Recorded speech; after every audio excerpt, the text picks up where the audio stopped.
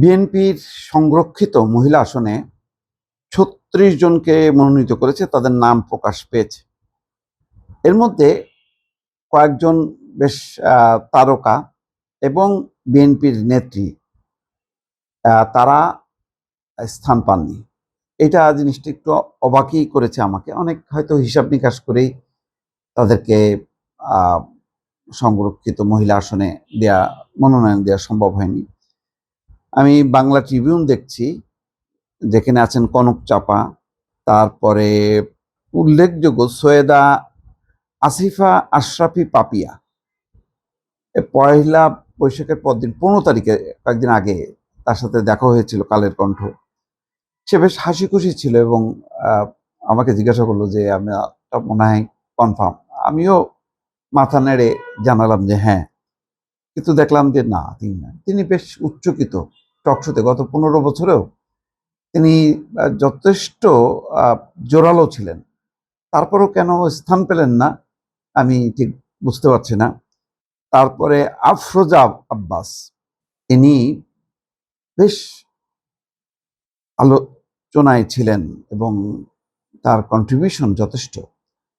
যদিও বলা যেতে পারে যে তার স্বামী মির্জা আব্বাস, তিনি এমপি হয়েছেন, মন্ত্রীর পদমর্যাদা উপদেষ্টা হয়েছেন, সেগুলো হয়তো বিবেচনায় রেখে।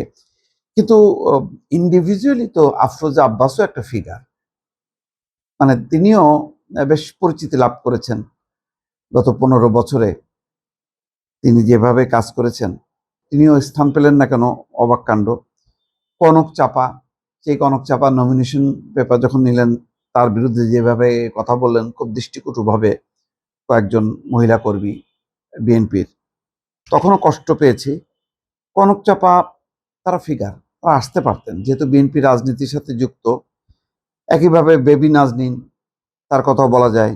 রিজিয়া পারভিন, মেঘনা আলম অবশ্য গণ অধিকার পরিষদ থেকে নির্বাচন করেছেন। তারপরে তিনি কখন জয়েন করলেন, কেন বা জয়েন করেছেন কিনা জানি না। তিনিও একজন আলোচিত। ঢাকা ৮ আসনে মির্জা আব্বাস যেখানে প্রার্থী ছিলেন, সেখানে তিনিও যথেষ্ট আলোচনায় ছিলেন। ফারজানা সিথি, জুলাই গণ অভ্যুত্থানের সময় খুবই আলোচিত একটা নাম। এক সেনা কর্মকর্তার সঙ্গে বাগবিতণ্ডা করে তিনি বেশ আলোচনায় এসেছিলেন। তারপরে তার কিছু কিছু মডেলিং এর দৃশ্য দেখতাম সোশ্যাল মিডিয়াতে। তিনিও নেই। প্রয়াত নাসিরউদ্দিন পিন্টুর স্ত্রী নাসিমা আক্তার কল্পনা, তিনিও কিন্তু যথেষ্ট জোরালো আলোচনায় ছিলেন, তিনিও স্থান পাননি। ব্যারিস্টার মওদুদ আহমেদের স্ত্রী হাসনা মওদুদ, তিনিও নেই। গয়েশ্বরচন্দ্র রায়ের মেয়ে অপর্ণা রায়, তার সম্পর্কে অবশ্য জানি না, কিন্তু যেটা তার পুত্রবধূ, তিনি তো পেয়েছেন।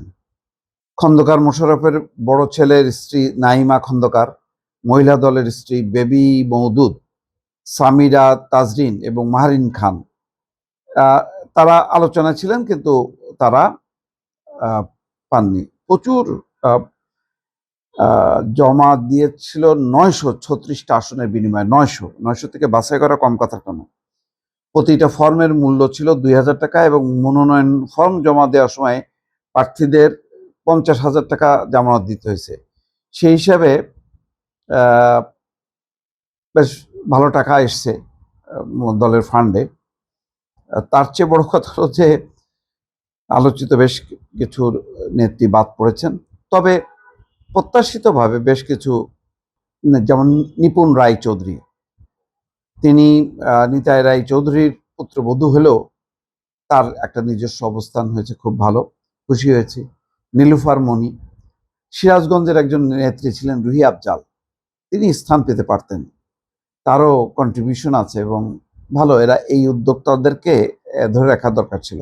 তারপরে শিরিন সুলতানা, ব্যারিস্টার শাকিলা ফারজানা, সুলতান আহমেদ, ভালো, মানে একেবারে দল আরো ভালো বুঝবে।